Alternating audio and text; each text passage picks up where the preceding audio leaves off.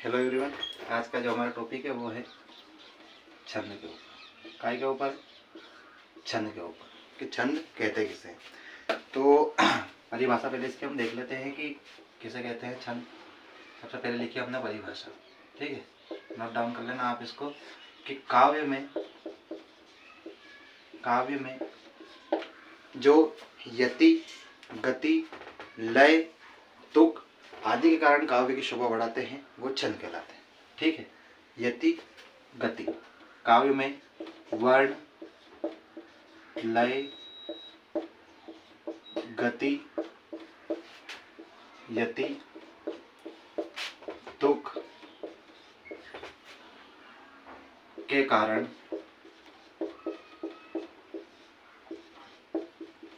काव्य की शोभा बढ़ाते हैं,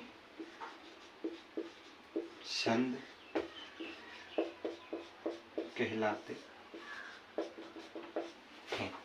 ठीक है, काव्य में जहाँ वर्ण, लय, गति, यति, तुक आदि के कारण काव्य की शोभा बढ़ाते हैं वो क्या कहलाते हैं? छंद कहलाते हैं। ठीक है, इनके जो जनक है, मैं लिख लेना, इनके जो जनक है वो है ऋषि पिंगल। ठीक है, पिंगल ऋषि जो है इनके जनक है, इसलिए इसे क्या कहा जाता है? इसे पिंगल शास्त्र भी कहा जाता है। क्या कहा जाता है? इसलिए इसे पिंगल शास्त्र भी कहा जाता है। ठीक है, काव्य में वर्ण, लय, गति, यति, तुक आदि के कारण काव्य की जो शोभा बढ़ाते हैं वो छंद कहलाते हैं।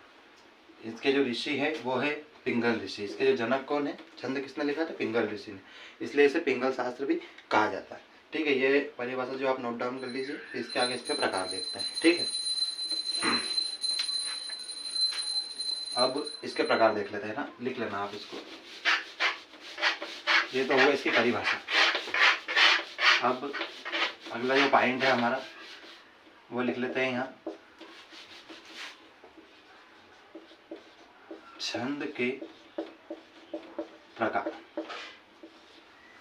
अब देखिए यहाँ जो हम छंद के प्रकार की बात करते हैं तो इसमें जो है मैं एक पैराग्राफ बनाऊंगा, तो आप उस पैराग्राफ को ऐसा कैसा ही नोट डाउन कर लेना और उसको याद कर लेना, ताकि क्या है कि बहुत संक्षिप्त में मतलब बहुत आसानी से आपको जो है याद हो जाए। ठीक है, लिख रहा हूँ कि छंद के प्रकार। तो छंद के जो है 3 प्रकार है। सबसे पहला आ जाएगा वार्णिक,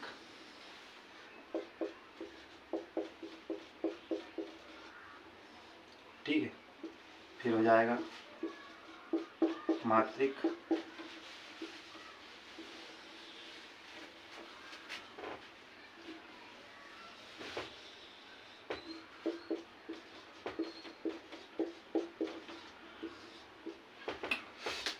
फिर हो गया वार्णिक, फिर मात्रिक और मुक्तक छंद। ठीक है, ये 3 इसके प्रकार हो गए। अब तीनों की अलग अलग परिभाषा हम देखते हैं। तो कुछ भी नहीं है, जैसे वार्णिक है तो ये मतलब क्या है? वर्णों से संबंधित है। ठीक है, वर्णों से संबंधित जो भी छंद है वो क्या है? वार्णिक छंद। मात्रिक छंद है तो कुछ भी नहीं, जैसे वर्णन में आ गया ऐसा मात्रिक में, तो मात्रा से संबंधित, मात्रा से संबंधित। ठीक है, ये हो गया मात्रा संबंधित। अब ये हो गया वर्णों संबंधित, ये हो गया मात्रा संबंधित। अब इसमें कुछ नहीं है, इसमें रचित रचना की जाती है। इसमें मतलब क्या है? मुक्तक में स्वचित रचना। ठीक है, तो ये हो गया वर्णों से आधारित, ये हो गया मात्रा से संबंधित, और ये हो गया स्वचित रचना है, तो वो क्या है? मुक्तक। अब इनके भी फिर अलग अलग प्रकार है। अब देखेंगे हम कि वर्णों में कौन कौन से है, मात्रिक में कौन कौन से और मुक्तक में कौन। ठीक है, सबसे पहले हम देखते हैं मात्रिक में। तो मात्रिक में भी क्या है? 3 प्रकार के। ठीक, पहला आ जाएगा सममात्रिक,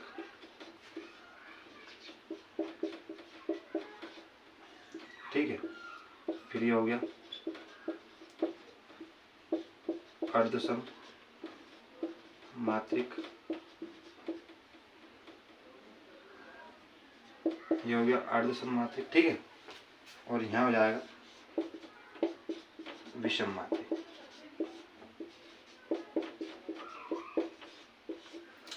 ठीक है, ये हो गया सममात्रिक, ये अर्धसममात्रिक और विषम मात्रिक। अब असममात्रिक मतलब समान मात्रा वाले या सम मात्रा वाले, ठीक है, सम मात्रा वाले। अब अर्धसम में आधे तो सम, ठीक है, और आधी क्या हो जाएगी, विषम। तो ये हो गया आधी सम और आधी विषम, तो ये हो गया अर्धसम। इसके बाद विषम में देखते हैं तो इसमें विषम मात्राएं होती है, ठीक है। अब इसमें कुछ भी नहीं है, सममात्रिक, अर्धसममात्रिक और विषम मात्रिक। अधिकतर मतलब जैसे जो 12th का जो हमारा सिलेबस है या 10th का सिलेबस है, उसमें जो है सम और अर्धसम ये दोनों ही पूछे जाते हैं, ठीक है। तो आपको देखना पड़ेगा कि कौन कौन सा सममात्रिक और कौन कौन सा अर्धसममात्रिक। मैं यहाँ नोट डाउन करके लिख रहा हूँ, आप उसको नोट कर लेना, ठीक है। ये हो गया, पहला हो गया इसमें चौपाई। अब इसमें कौन सा हो जाएगा सबसे पहले, चौपाई छंद, ठीक है। कितनी मात्रा, 16 मात्राओं का, ठीक है। ये हो गया 16 मात्राओं का। उसके बाद में ये हो गया रोला छंद, 16-24। उसके बाद ये हो गया गीतिका, 16-24-26। और ये हो गया हरी गीतिका, ये हो गया 28। अब देखिए चौपाई छंद जो है इसमें 16 मात्राएं होती है, रोला छंद जो है उसमें 24 मात्रा होती है, गीतिका छंद में 26 और हरी गीतिका में 28 और अंत में लघु गुरु, ठीक है। अब यहाँ एक शब्द आया है कि लघु और गुरु, तो ये जो है अगले वीडियो में मैं इसको बता दूंगा कि लघु गुरु क्या होता है और उसमें मात्रा कैसे गिनी जाती है, ठीक है। अगले वीडियो में हम देख लेंगे। अभी जो है चौपाई का देख लो आप, 16 मात्रा, रोला 26, गीतिका 26 और हरी गीतिका 28। ये 28 मात्राओं का एक समूह हो गया, ठीक है। अगला जो हमारा है वो है दोहा छंद। अब अर्धसम में देखते हैं, ये हो गया सम मात्रा वाला सममात्रिक। अब अर्धसम में देखें तो अर्धसम हो जाएगा पहले दोहा, ठीक है। तो ये हो गया यहाँ दोहा। अब इसमें क्या होता है 13 और 11, ठीक है। एक चरण में 13, एक चरण में 11 मात्रा। तो वो कौन सा दोहा हो गया, वो कौन सा छंद हो गया, दोहा छंद, ठीक है। अब देखते हैं हम, इसमें आ जाएगा और सोरठा। सोरठा में भी क्या, सोरठा में सेम इसका अलग है, इसमें 13 और 11, पहले चरण में 13 और दूसरे चरण में 11। तो उसमें पहले चरण में जो है 11 हो जाएगी और दूसरे चरण में क्या हो जाएगी 13, ठीक है। उसके बाद आता है बरवे छंद, ये हो गया बरवे छंद, ठीक है। इसमें क्या होता है, इसमें 12 और 7, इसमें हो जाएगा 12, इसमें हो जाएगा 7, ठीक है। और फिर इधर आते हैं तो यह है विषम मात्रिक।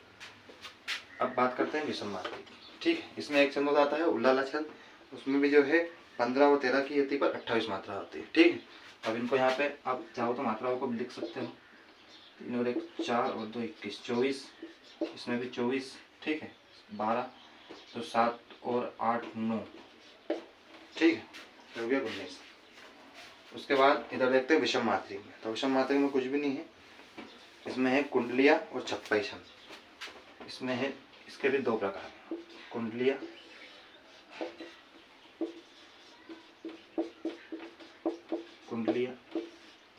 और ये हो जाएगा यहाँ छप्पई छंद, ठीक है।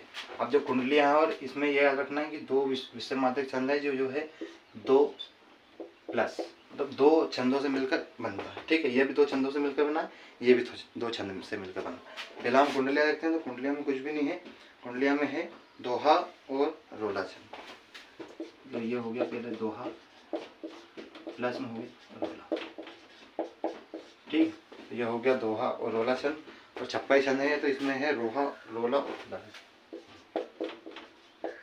रोला छंद और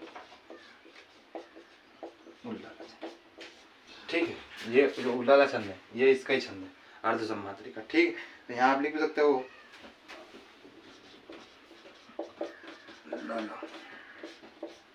12 और 17, 15 और 13, 15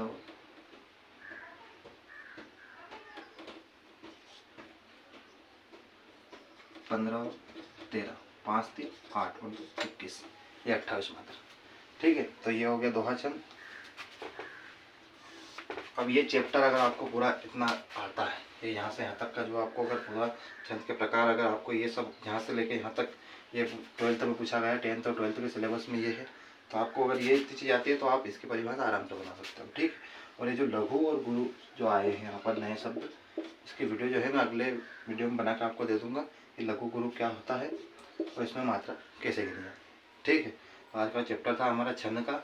छंद की परिभाषा एक बार और देख लो कि जो लय, गति, ताल, तुक आदि के द्वारा जो काव्य के शोभा बढ़ाते हैं वो क्या कहलाते हैं? छंद कहलाते हैं। छंद के प्रकार हमने देख लिए यहाँ से। छंद कितने प्रकार का है? तो ये 3 प्रकार का है, वार्णिक, मात्रिक और मुक्तक। वार्णिक छंद वर्णों संबंधित छंद है, वो है वार्णिक छंद। मात्रिक तो मात्रा संबंधित छंद क्या कहलाते हैं? मात्रिक छंद। और मुक्तक में क्या है? स्वचलित रचना, मतलब जो भी रचना है वो स्वचलित होती है। उसके बाद अब देखें हम मात्रा संबंधित छंद। तो मात्रा में है सममात्रिक, अर्धसममात्रिक और विषममात्रिक। मुक्तक इतना पूछते नहीं है और वार्णिक जो है इतना आता नहीं है। सिर्फ मात्रिक का है, आपके सिलेबस में जो है मात्रिक का दे रखा है। तो ये सममात्रिक छंद, अर्धसममात्रिक छंद और विषममात्रिक छंद। ठीक है। तो अब सममात्रिक समान मात्रा वाले सममात्रिक कहलाएंगे। अर्धसम में क्या है? आधि सम और आधि विषम मात्रा है। और विषम में क्या है? टोटल मात्रा विषम होती है। उसके बाद अगला जो हमारा टॉपिक है वो है मात्राओं संबंधित। अब ये जो है इसमें गीतिका आईएमपी है, चौपाई आईएमपी है, उसके बाद ये दोहा आईएमपी है और ये आईएमपी, ये सब पूछे गए हैं एग्जाम में। ठीक है। तो आप इनको याद, तो आपको याद होना ही चाहिए। वैसे सभी याद करना है, लेकिन इस ट्रिक से आप जो है मात्राओं को याद रख सकते हो यहाँ से। बस ये है कि आप ये मात्रा जो है कि चौपाई छंद में 16 मात्रा होती है, रोला छंद में 24 मात्रा होती है, गीतिका में 26 और हरी गीतिका में 28। अब ये मात्राओं गिनने का जो तरीका है वो मैंने अगले वीडियो में दे रखा है, तो आप वीडियो को देख लीजिए कि मात्रा गिनते कैसे हैं। इसमें एक बेसिक सी इन्फॉर्मेशन देता हूँ मैं कि जो लघु है उसमें 1 मात्रा गिनी आती है और गुरु जो है उसमें 2 मात्रा गिनी। ठीक है। ये इसका बेसिक है। बाकी वीडियो में डिस्क्रिप्शन में मैंने लिंक दे दी, आप उसमें से देख लेना मात्रा कैसे गिनते हैं। ठीक है। अगर मात्रा गिनना आपको याद है तो आप कोई सा भी दोहा बना सकते हो कि अगर इसके पहले चरण में 13, दूसरे चरण में 11 आ रही है मात्रा, तो ये दोहा छंद है। ऐसा एक फॉर एग्जाम्पल आप कोई सा भी देख सकते हो। ठीक है। तो आज हमने जो है छंद का टॉपिक देख लिया है, ये क्लियर हो गया है। आप वीडियो को देखिए और अगली वीडियो जो है इसके ऊपर ही आएगी जिसमें मात्रा की गणना होगी कि मात्रा कैसे गिनते हैं। ठीक है। तो चैनल को सब्सक्राइब कीजिए, लाइक कीजिए, कमेंट्स कीजिए, शेयर कीजिए। और कोई भी दिक्कत आती है या कोई समझ में नहीं आ रहा हो तो पूछ लेना, मैं बता दूँगा। ठीक है। कमेंट्स करके आप बता देना। आईएमपी है, मोस्ट आईएमपी है, मोस्ट आईएमपी पूछे गए हैं इसमें, इसलिए आप इसको विशेष रूप से ध्यान रखना। ठीक है। Thank you.